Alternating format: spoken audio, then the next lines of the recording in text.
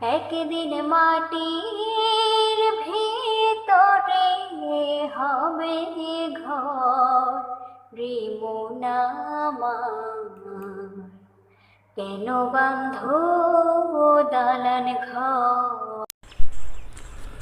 কিন্তু 1828 সালে German রসায়নবিদ Friedrich ভোলার একটা সাধারণ রাসায়নিক দ্রব্য অ্যামোনিয়াম সায়ানেট থেকে ইউরিয়া উৎপাদনের পদ্ধতি আবিষ্কার করলেন, যার সাথে জীবিত প্রাণের কোনো যোগসূত্রতাই ছিল না। অন্যান্য বিজ্ঞানীগণও এগিয়ে এলেন ফ্রেডরিখ ভোলারের পথ অনুসরণ করে, এবং কিছুদিনের মধ্যেই বিজ্ঞানীগণ বুঝতে পারলেন প্রাণের সাথে কোনো সম্পর্ক নাই এমন সাধারণ নিরীহ রাসায়নিক দ্রব্য দিয়েও রসায়নে প্রাণ প্রতিষ্ঠা করা সম্ভব। বিজ্ঞানের গবেষণায় প্রাণ বিকাশের অলৌকিকতার স্থান এখানেই সমাপ্তি। কিন্তু মানুষ মনের গভীরে দৃঢ়ভাবে প্রতিষ্ঠিত প্রাণ বিকাশের ঐশ্বরিক ধারণা এত সহজে দূর করতে পারে না। অনেকেই বলতে থাকে রসায়ন থেকে প্রাণ সৃষ্টির মধ্যে বিশেষত্ব কিছু নেই, বরং তাদের কাছে মনে হয় রোবটে প্রাণের মতোই ইন্দ্রজাল, যা আমাদেরকে আস্তে আস্তে যন্ত্রে পরিণত করছে, এবং এটা অবশ্যই বাইবেলের সাথে সাংঘর্ষিক। দশকের পর দশক জীবনের উৎস কোথায়, এই রহস্য অবহেলিত থেকে গেছে। এমনকি বিজ্ঞানীগণ পর্যন্ত প্রাণ সৃষ্টির অলৌকিকত্বকে রক্ষা করতে রীতিমতো মাথায় ঘাম পায়ে ফেলেছেন। যেমন 1913 সালের শেষ নাগাদ ব্রিটিশ জৈব রসায়নবিদ বেঞ্জামিন মুর জৈব শক্তি নামে একটা তত্ত্বের অবতারণা করেন, যেটা আসলে নতুন মোড়কে অলৌকিকতা প্রচারের প্রবল চেষ্টা ছাড়া আর কিছুই নয়। বেঞ্জামিন মুরের জৈব শক্তি তত্ত্বে আবেগের প্রাধান্য যথেষ্ট ছিল।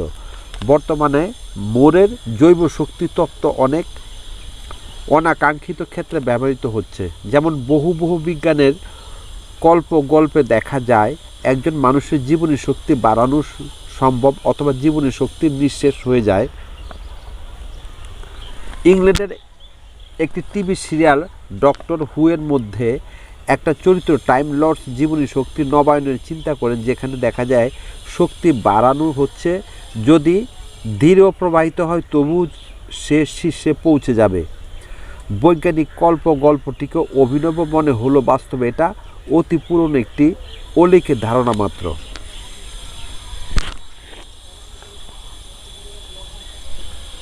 তারপরেও 1828 সালের পর থেকেই দেবত্ববিহীন প্রাণের বিকাশ প্রথম কিভাবে ঘটেছিল তার যুক্তিসঙ্গত কারণ খুঁজতে থাকেন বিজ্ঞানীগণ, কিন্তু তারা কোনো উপায় অন্তর খুঁজে পান না। যদিও প্রাণ বিকাশের উৎস রহস্যে ঢাকা, কিন্তু দশকের পর দশক অবহেলিত ছিল, তবুও তখন বিজ্ঞানীদের মনে হতে লাগলো প্রাণের বিকাশ কিভাবে ঘটেছিল তা অবশ্যই আবিষ্কার করার বিষয়। সম্ভবত তখনকার প্রায় সবাই সৃষ্টিতত্ত্বের প্রশ্নে অলৌকিকতাবাদে আবেগের আতিশয্যে এমনভাবে আষ্টেপৃষ্টে জড়িত ছিল যে তারা আবিষ্কারের পরবর্তী পদক্ষেপ শুরুই করতে পারছিল না। পূর্বের অচলাবস্থার পরিবর্তে 19 শতকে চার্লস ডারউইন এবং সহযোগীদের চেষ্টায় গড়ে তোলা বিবর্তনের তত্ত্বের সুবাদে জীববিজ্ঞানে নব আবিষ্কারের হাতছানি দেখা দেয়। চার্লস ডারউইন জানতেন কিভাবে প্রাণের বিকাশ হয়েছে, এটা খুবই গভীর চিন্তা ও আবেগ মেশানো প্রশ্ন।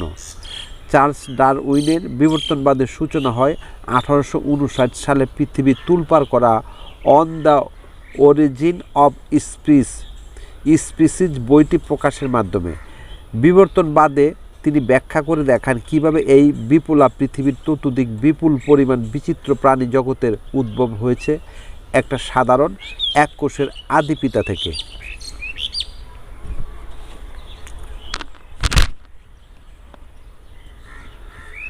এই প্রথম কেউ বললেন ঈশ্বর প্রতিটি জীবকে আলাদা আলাদা করে সৃষ্টি করেননি, প্রাণী জগৎ সৃষ্টি হয়েছে কোটি কোটি বছর আগেকার পৃথিবীর প্রাথমিক জৈব উপাদান থেকে। প্রাণী জগতের সবাই সেই এককোষী আদি পিতার বংশধর। চার্লস ডারউইন বিবর্তনবাদ চারিদিকে বিতর্কের হইচই ফেলে দিল এবং বাইবেলের সাথে সাংঘর্ষিক তত্ত্বের জন্য বিতর্কিত হয়। বিশেষত উগ্র ধর্মান্ধ খ্রিস্টান সম্প্রদায় থেকে ডারউইন এবং তার বিবর্তনবাদ ভয়ানক হিংস্র আক্রমণের শিকার হলো, কিন্তু বিবর্তনবাদের কোথাও উল্লেখ করা হয়নি কিভাবে প্রথম প্রাণের বিকাশ সম্ভব হয়। ডারউইন জানতেন প্রশ্নটা অতীব গুরুতর, কিন্তু তিনি যথাসম্ভব সতর্কভাবে শুরু করেছিলেন। তবু চার্চের সাথে দ্বন্দ্ব এড়ানো সম্ভব হলো না। 1871 সালে লেখা এক চিঠিতে তিনি বিবর্তনবাদ নিয়ে আলোচনা করতে চেয়েছিলেন। আবেগমথিত ভাষায় তিনি বলতে চেয়েছিলেন প্রাণের উৎপত্তি কীভাবে। এই তাৎপর্যপূর্ণ প্রশ্নের সন্তোষজনক উত্তর তিনি জানেন। প্রাণ বিকাশের প্রথম অনুকল্পটি উদ্ভূত হয়েছিল একটি সর্বগ্রাসী বাক স্বাধীনতাহীন দেশে, কিন্তু যদি আমরা বুঝতে পারি তবে দেখতে পাবে একটা ছোট উষ্ণ পুকুরে থাকে পর্যাপ্ত অ্যামোনিয়া এবং ফসফরাস লবণ, সেই সাথে আলো, উত্তাপ, বিদ্যুৎ এবং রাসায়নিকভাবে স্বয়ং উদ্ভূত আমিষের জটিল যৌগ আরও জটিল পরিবর্তনের দিকে ধাবিত হচ্ছে।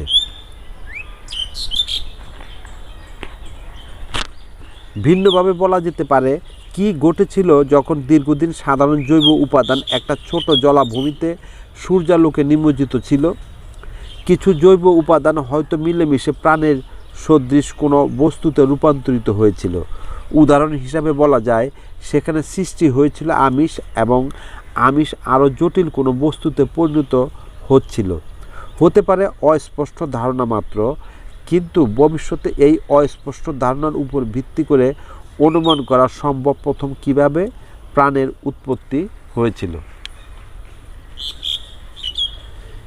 এই ধারণার আত্মপ্রকাশ ঘটে সম্পূর্ণ অনাকাঙ্ক্ষিত স্থানে। আপনি হয়তো ভাবতে পারেন ঈশ্বরবিহীন প্রাণ বিকাশের মতো সাহসী চিন্তা বিকশিত হয়েছে একটা গণতান্ত্রিক দেশে, যেখানে মানুষের বাক স্বাধীনতা সামাজিক ঐতিহ্যের অংশ। হতে পারে যুক্তরাষ্ট্র, কিন্তু না। বাস্তব ঘটানো হলো অলৌকিকতাকে পাশ কাটিয়ে জীবনের উৎপত্তি নিয়ে প্রথম অনুমান করেন নিষ্ঠুর সর্বগ্রাসী সাবেক সোভিয়েত ইউনিয়নে, যেখানে মুক্ত চিন্তা নিষিদ্ধ। তখন স্টালিনের রাশিয়াতে সব কিছু রাষ্ট্রীয় নিয়ন্ত্রণে। মানুষের চিন্তা এমনকি পাঠনের বিষয় যা কিছু কমিউনিস্ট রাজনীতির সাথে সম্পর্কযুক্ত নয়, সেটাও রাষ্ট্রের নিয়ন্ত্রণাধীন। ওপারিন কল্পনা করতেন কেমন ছিল পৃথিবী যখন সবেমাত্র সৃষ্টি হলো। সবথেকে আলোচিত ঘটনা ছিল স্টালিন জিনতত্ত্বের প্রচলিত পাঠনের উপর কঠোর নিষেধাজ্ঞা আরোপ। এই সময়ে সোভিয়েত ইউনিয়নে আরেক জীববিজ্ঞানী এবং কৃষিবিদ ট্রফিম ডেনিসোভিচ লিসেঙ্কো জোসেফ মেন্ডেলের জিনতত্ত্ব এবং ডারউইনের বিবর্তনবাদকে বাতিল করে বংশ পরম্পরার উপর জোর দেন। তিনি মনে করতেন প্রাণী তার জীবনের অভিজ্ঞতা পরবর্তী প্রজন্মের মাঝে সঞ্চারিত করে যায়। লিসেঙ্কো দেখালেন উন্নত জাতের গম থেকে উন্নত এবং অধিক ফলনশীল কীভাবে উৎপাদন করা যায়। স্টালিন কমিউনিস্ট ভাবধারার সাথে অধিক সঙ্গতিপূর্ণ ট্রফিম ডেনিসোভিচ লিসেঙ্কোর মতবাদকে চাপিয়ে দেন। জিনতত্ত্ব নিয়ে যেসব বিজ্ঞানীরা কাজ করেছিলেন তাদেরকে জনসাধারণের কাছে লিসেঙ্কোর মতবাদকে সমর্থন এবং প্রচার করতে বাধ্য করা হয়, অন্যথায় তাদের স্থান হতো লেবার ক্যাম্পে। স্টালিনের দমন নিপীড়নের শাসনের মধ্যেই আলেকজান্ডার ওপারিন চালিয়ে যেতে লাগলেন তার জৈব রাসায়নিক গবেষণা। ওপারিন নির্বিঘ্নে কাজ চালিয়ে যেতে পেরেছিলেন কারণ তার কমিউনিজমের প্রতি সন্দেহাতীত আনুগত্য। ওপারিন লিসেঙ্কোর তত্ত্বকে সমর্থন দিলেন এবং দেশের সেবা করার জন্য সোভিয়েত ইউনিয়নের অর্ডার অফ লেনিন সর্বোচ্চ পুরস্কারে ভূষিত হন। 1924 ওপারিন প্রকাশ করলেন দ্য অরিজিন অফ লাইফ, তার অমর গ্রন্থখানি। দ্য অরিজিন অফ লাইফ বইতে ওপারিন প্রাণের বিকাশ অন্বেষণে যে প্রস্তাবনা করেন সেটা ডারউইনের বিবর্তনবাদের একটি ছোট উষ্ণ পুকুর ধারণার সাথে আশ্চর্যজনকভাবে মিলে যায়। ওপারিন চিন্তা কল্পনা করেছিলেন কেমন ছিল সদ্য গঠিত পৃথিবীর চেহারা। পৃথিবীর উপরিভাগ ছিল কল্পনাতীত গরম, মহাকাশ থেকে খসে পড়া জ্বলন্ত পাথরের খণ্ড। পৃথিবী তখন ছিল বিভিন্ন ধরনের বিপুল পরিমাণ রাসায়নিক পদার্থ মিশ্রিত অর্ধগলিত পাথরের বিশৃঙ্খল স্তূপ। পদার্থগুলোর মধ্যে কার্বনের পরিমাণ ছিল সবচেয়ে বেশি। যদি আমরা অণুবীক্ষণ যন্ত্রের নিচে কুয়াশার ভেটি জৈব রাসায়নিক দ্রবণ পরীক্ষা করে দেখি, তাহলে দেখব দ্রবণটি জীবিত কোষের মতো আচরণ করছে।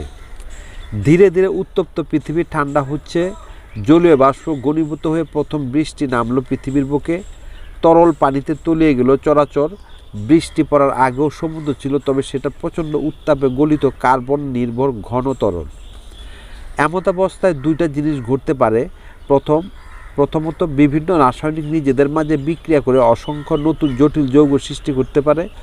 তাদের মধ্যে কিছু যৌগ আরও জটিল যৌগে পরিণত হবে। আলেকজান্ডার ওপারিন ধারণা করেন রাসায়নিক দ্রব্যের ক্ষুদ্র মৌলগুলি প্রাণের দিকে ধাবিত হচ্ছে।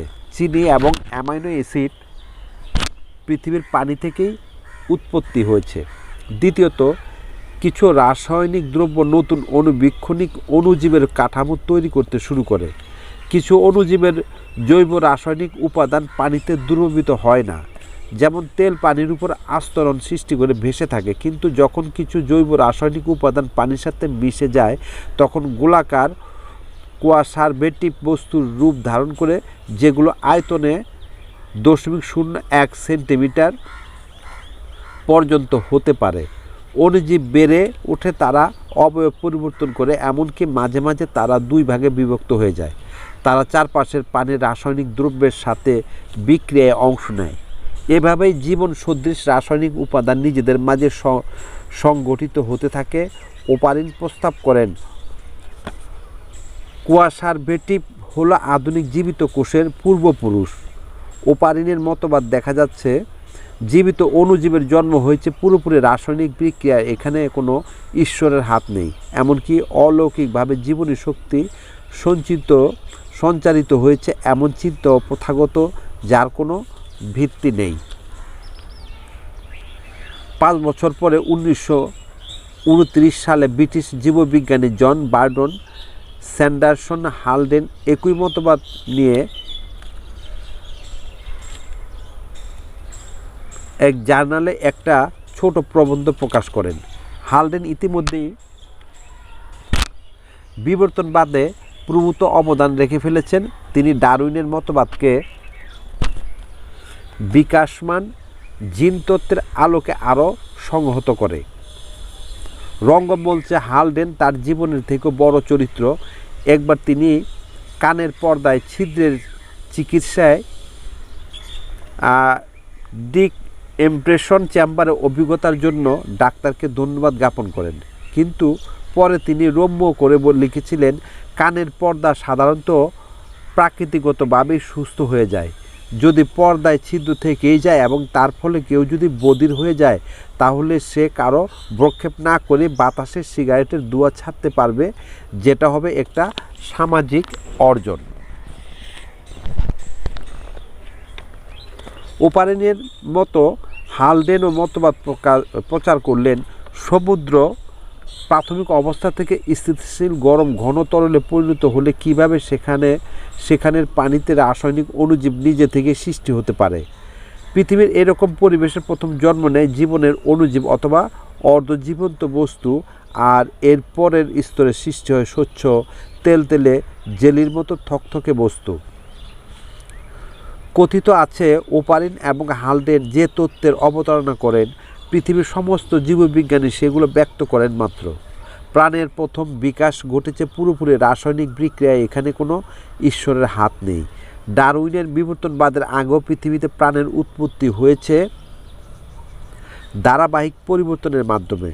ডারউইন সেটাকে যুক্তিপূর্ণভাবে উপস্থাপন করেছেন, কিন্তু এই তত্ত্ব খ্রিস্টবাদের ভিত্তিমূলে চরম কুঠারাঘাত।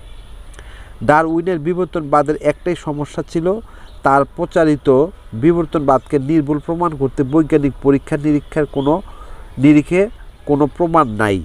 ঈশ্বরবিহীন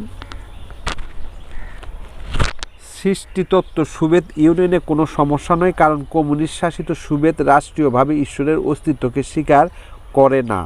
সেজন্যই কমিউনিস্ট নেতারা প্রাণের উৎপত্তি গবেষণায় বস্তুবাদী ব্যাখ্যাকে অকুণ্ঠ সমর্থন জানায়। হালডেন নিজেও ছিলেন একজন নাস্তিক এবং কমিউনিজমের কড়া সমর্থক। তখনকার সময়ে বিবর্তনবাদ গৃহীত হবে নাকি বাতিল করবে সেটা নির্ভর করত প্রধানত ব্যক্তির ধর্মবিশ্বাসী ব্যক্তিত্বের উপর। জীবনের উৎস অনুসন্ধান করা বিশেষজ্ঞ জীববিজ্ঞানী জার্মানির ওসনাব্রক বিশ্ববিদ্যালয়ের অধ্যাপক ডক্টর আর্মেন মালকিদজানিয়ান বলেন, বিবর্তনবাদ গৃহীত হবে কি হবে না নির্ভর করে মানুষেরা কি ধর্মে বিশ্বাস করে নাকি বাম ধারায় কমিউনিজম সমর্থন করে সেটার উপর। সোভিয়েত ইউনিয়ন বিবর্তনবাদ সাদরে গৃহীত হয়েছে কারণ সেখানে ঈশ্বরের প্রয়োজন ছিল না। যদি পশ্চিমা বিশ্বের দিকে তাকাই তাহলে দেখতে পাবো সেখানে মানুষেরা অনেক বস্তুবাদী। তাদের চিন্তা বাম ঘেঁষা কমিউনিস্ট বা উদারপন্থার দিকে দাবিত। প্রাণ সৃষ্টি হয়েছে আদিম জৈব রাসায়নিক ঘন তরল সহযোগে, এই ধারণাটি ওপারিন হালডেন তত্ত্ব বলে ব্যাপক পরিচিত পেয়ে গেল। ওপারিন হালডেন তত্ত্ব যুক্তির বিচারে গ্রহণযোগ্য হলেও তত্ত্বটির একটা সমস্যা ছিল। ওপারিন হালডেন তত্ত্বকে নির্ভুল করার সপক্ষে কোনো গবেষণালব্ধ প্রমাণ নেই। 25 বছর পার হয়ে গেলেও তত্ত্বটির সপক্ষে কোনো প্রমাণ দাঁড় করানো যায়। সময়ের সাথে প্রাণের উদ্ভব গবেষণায় যোগ দেন 1934 সালে রসায়নে নোবেল বিজয়ী আমেরিকান রসায়নবিদ হারল্ড উরে পারমাণবিক বোমা বানানোর দলেও কাজ করেছিলেন। দ্বিতীয় বিশ্বযুদ্ধ চলাকালীন ম্যানহাটান প্রকল্পে পারমাণবিক বোমার অতি প্রয়োজনীয় ইউরেনিয়াম 235 সমৃদ্ধ করতেন। যুদ্ধের পরে তিনি নিউক্লিয়ার প্রযুক্তিকে সুশীল সমাজের নিয়ন্ত্রণে দেওয়ার জন্য আন্দোলন করেন। প্রফেসর ওরে ধারণা করেছিলেন আমাদের পৃথিবী আদিম অবস্থায় সম্ভবত অ্যামোনিয়া, মিথেন এবং হাইড্রোজেনের মিশেলে পিণ্ডাকৃতি ছিল। এই মিশ্রণকে যদি বৈদ্যুতিক বিস্ফোরণ এবং পানির সংস্পর্শে আনা যায় তাহলে অ্যামাইনো অ্যাসিড উৎপন্ন করা সম্ভব। এটা সর্বজন বিদিত যে অ্যামাইনো অ্যাসিড হলো জীবনের প্রথম উপাদান। আমার অডিও আর্টটি শোনার জন্য ধন্যবাদ সবাইকে।